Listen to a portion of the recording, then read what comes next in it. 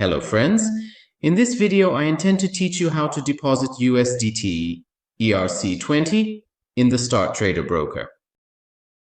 In the Funds section, we go to the Deposit Funds section. We select Cryptocurrency Deposit.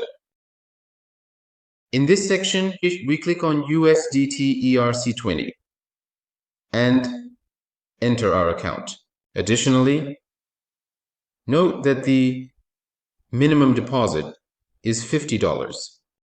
Finally, if you wish, you can enter important notes in this section, and after entering the information, click on Continue. In this section, you scan the specified barcode with your wallet. And note that the Ethereum network charges a $1 commission.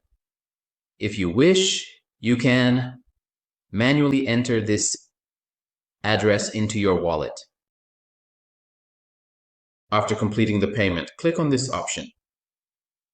And as you can see, it informs us that once this deposit is confirmed, the amount will be added to our account.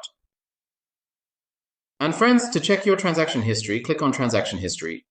And as you can see, this operation is under review.